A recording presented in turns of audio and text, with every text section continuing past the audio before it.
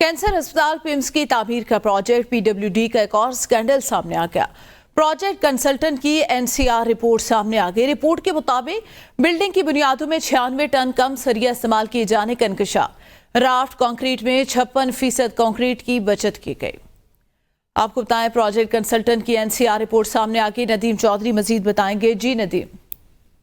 जी बिल्कुल, पीडब्ल्यूडी और हुकाम और निजी फर्म जो है उसके डिजाइन पर अमल नहीं कर रहे। ये रिपोर्ट में कहा गया और रिपोर्ट में यह भी कहा गया है कि बिल्डिंग की बुनियादों में 96% कम सरिया इस्तेमाल किया गया, जबकि कंक्रीट जो है वो भी गैर मेयारी इस्तेमाल की गई और 56% कंक्रीट की बचत की गई, जिससे तकरीबन 4 करोड़ रुपए का इस प्रोजेक्ट को नुकसान दिया गया।